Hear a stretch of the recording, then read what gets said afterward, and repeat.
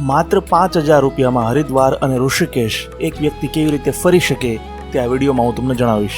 દોસ્તો, દર વર્ષે લાખો ગુજરાતીઓ હરિદ્વાર જાય છે, પણ સવાલ એ છે કે ગુજરાતથી હરિદ્વાર જવાનો, ત્યાં રોકાવાનો, જમવાનો તમામ ખર્ચ કેટલો થાય છે અને કેટલા દિવસમાં તમે હરિદ્વાર તેમજ ઋષિકેશ ફરી શકો?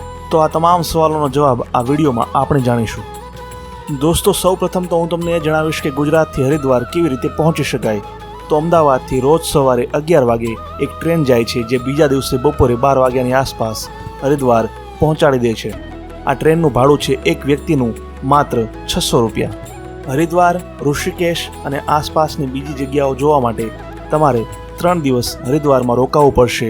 એક દિવસનું હોટલનું ભાડું હોય છે સરેરાશ 500 રૂપિયા, મતલબ કે 3 દિવસના તમારે ચૂકવવાના રહેશે અંદાજે 1500 થી 2000। અન્ય ખર્ચો અને ટોટલ ખર્ચો કેટલો થાય છે તે હું તમને આગળ જણાવીશ, પરંતુ તે પહેલાં આપણે જાણી લઈએ કે હરિદ્વારમાં કઈ કઈ જગ્યાએ તમારે જવું જોઈએ। તો હરિદ્વાર જનારો દરેક વ્યક્તિ હરકી પૌડી ઘાટ જરૂર જાય છે। જી હા, આ એ જ ઘાટ છે જેને પવિત્ર ઘાટ માનવામાં આવે છે અને એવું કહેવાય છે કે દરેક હિન્દુએ પોતાના જીવનમાં એક વખત હરિદ્વારના આ હરકી પૌડી ઘાટમાં ગંગા સ્નાન જરૂર કરવું જોઈએ। તો તમારે પણ આ જગ્યાએ જરૂર જવું જોઈએ।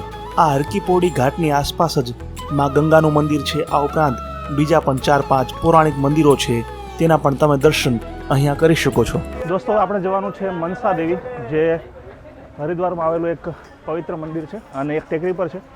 ત્યાં જવાના 2 ઓપ્શન છે, એક તો છે રોપવેના માધ્યમથી અને બીજો છે ચડીને જવાનો। આપણે ટ્રાય કરીશું રોપવેમાં જવાનો। તો મનસા દેવી જવા માટેની ટિકિટ તમારે અહીંયાથી લેવી પડશે। એક વ્યક્તિની ટિકિટ છે 130 રૂપિયા। 130 રૂપિયા ઉપર જવાનું અને રિટર્ન આવવાનું બંને થઈ જશે। અહીંયાથી ટિકિટ લઈ અને તમારે જવાનું છે। અહીંયા આગળ જ એનો ગેટ છે, ત્યાંથી તમને રોપવે મળી જશે।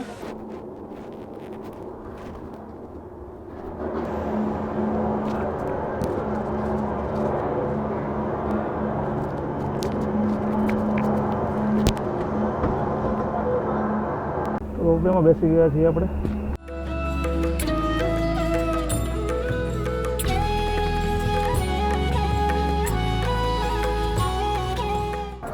તો માત્ર 5 મિનિટની રોપવેની મુસાફરી પૂર્ણ કરીને આપણે હવે આવી ગયા છીએ મનસાદેવી મંદિરની પાસે। હજી માત્ર 2-3 મિનિટ ચાલવું પડશે, ત્યારે મુખ્ય મંદિર આવશે। પણ ત્યાં સુધીમાં બંને સાઈડમાં જે આ પૂજાની વસ્તુ હોય બધી એ વેચાઈ રહી છે, ફૂલ, નારિયેળ, પ્રસાદ વગેરે વગેરે। અહીંયા છે મેઇન પ્રવેશ દ્વાર મનસાદેવી મંદિરનો। અહીંયા ખૂબ જ ભીડ છે। ઉપરની સાઈડમાં છે મંદિર, ભીડ જુઓ તમે।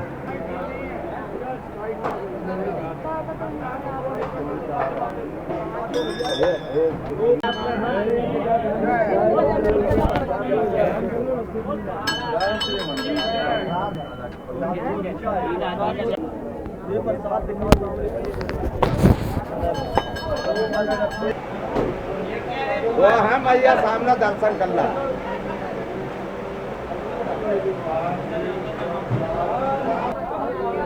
તો અહીંયા ઘણા બધા મંદિરો છે એક જ પ્રિમાઇસીસમાં, અલગ અલગ જુઓ તમે। લક્ષ્મીનારાયણનું મંદિર છે, અહીંયા ચામુંડા માતાજીનું મંદિર છે, આ છે આપણા ચામુંડા માતાજી, અને એની ફરતે પ્રદક્ષિણા કરવાની હોય છે।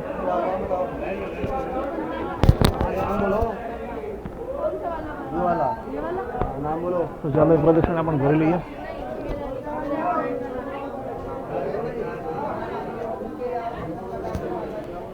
તો મનસા દેવીના દર્શન થઈ ગયા છે। અંદાજે 3 કલાક જેટલો સમય લાગ્યો છે આવવામાં, જવામાં, લાઇનમાં ઊભા રહેવામાં અને દર્શન કરવામાં। ટોટલ જગ્યા સારી છે। હરકી પૌડી ઘાટ પર રોજ સાંજે 7 વાગે થતી ગંગા આરતીના દર્શન તમારે જરૂર કરવા જોઈએ। હરિદ્વારમાં અનેક મંદિરો છે, આ ઉપરાંત અનેક જગ્યાએ ગંગા ઘાટ પણ છે અને સાથે સાથે અહીંયાની માર્કેટ પણ તમારે ચોક્કસ જોવી જોઈએ। હરિદ્વારની બજારમાં લગભગ તમામ વસ્તુઓ મળી જશે। કેટલીક તો અહીંયા જો સેલ પણ છે, 100 રૂપિયા અને 200 રૂપિયામાં કેટલીક વસ્તુઓ મળશે। આ ઉપરાંત મેં તમને જણાવ્યું હતું તેમ આ જો પૂજાપાની વસ્તુઓ, મંદિરની વસ્તુઓ, મૂર્તિઓ, ભગવાનના વાઘા જો, અને આ રોડ છે હરકી પૌડી જવા તરફનો રોડ। રેલવે સ્ટેશનથી હરકી પૌડી તમે જતા હશો, વચ્ચે આ માર્કેટ આવશે। ખાસું માર્કેટ છે, વસ્તુનો ભાવ પણ લગભગ આપણે ગુજરાતમાં હોય છે એટલો સિમિલર છે। કોઈ વધારે ઇસ્યુ નથી. લેડીઝ આઇટમ જુઓ તમે, ઘણી બધી સાડીઓથી લઈને ડ્રેસ વગેરે મળે છે, અને આ ડ્રાય ફ્રૂટ્સ વગેરે.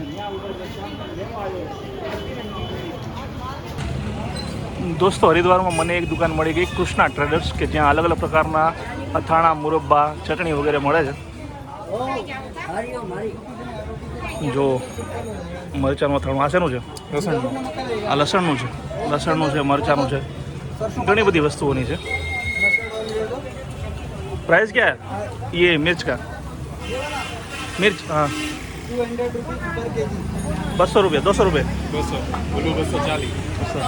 लसन 240 છે. અચ્છા અચ્છા, તો ભાવ પણ રિઝનેબલ છે. બાકી ઘણી બધી બીજી પણ વસ્તુઓ મસાલાની મળી જાય છે. અને આજે જગ્યા છે તે છે ગુરુ ગોરખનાથ મંદિર જે છે હરકીપોડી જવાના રસ્તે, એની એક્ઝેક્ટ સામે. તો ભાઈ, બપોરે કેવો માહોલ હતો માર્કેટમાં એ તમને દેખાડું. અત્યારે સાંજનો સમય છે. ફરીથી હું નીકળ્યો છું માર્કેટમાં, અને ખરી રોનક હવે ધીમે ધીમે જોવા મળશે. રાતે લાઇટો થઈ જાય ચાલુ પછી. હવે ઘણા બધા આપણા ગુજરાતી ભાઈઓ છે એને એવું હશે કે ભાઈ જો હરિદ્વાર જાય તો જમવાનું શું.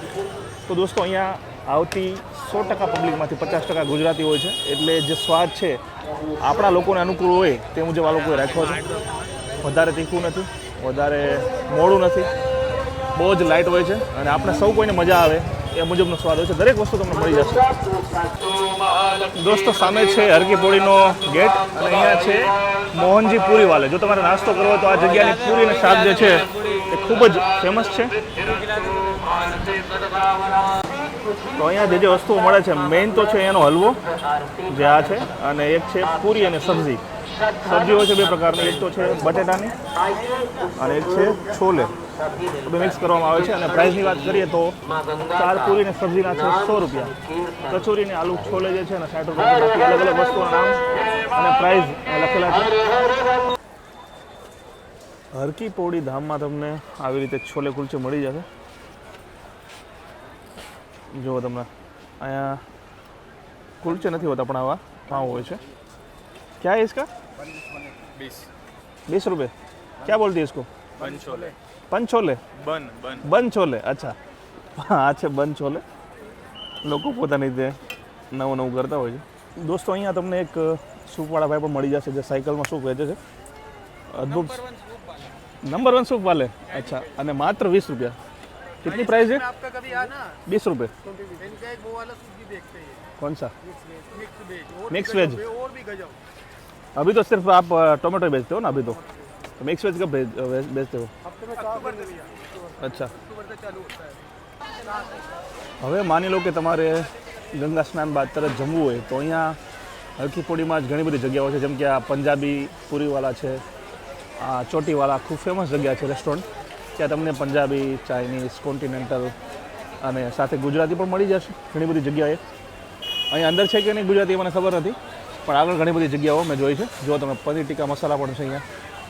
બાકી જગ્યા સારી છે એકદમ. જો આ બાજુ ગંગા નદી અને સામેની સાઈડમાં આ રેસ્ટોરન્ટ. તો આખી જે આ લાઈન જે છે ને ત્યાં આવી ઘણી બધી રેસ્ટોરન્ટ છે. જરૂરી નથી કે તમે આ મેં તમને દેખાડી એમાં તમે જમો અથવા નાસ્તો કરો. તમને અનુકૂળ લાગે ત્યાં જમો. હા, પણ ભાવ જાણી લેજો. મને જ્યાં સુધી ખબર છે ત્યાં સુધી ભાવ એટલો બધો વધારે નથી હોતો.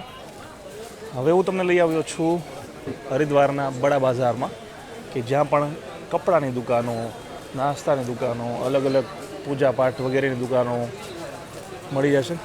કુલ મળીને કહીએ તો હરિદ્વાર હવે ધાર્મિક નગરી છે એટલે આવી વસ્તુઓ તમને વધારે મળવાની. જુઓ, આ જે મંદિરોમાં રાખવાની જે અલગ અલગ વસ્તુઓ છે, માળાઓ છે, બરાબર, અલગ અલગ જો આ કળા છે,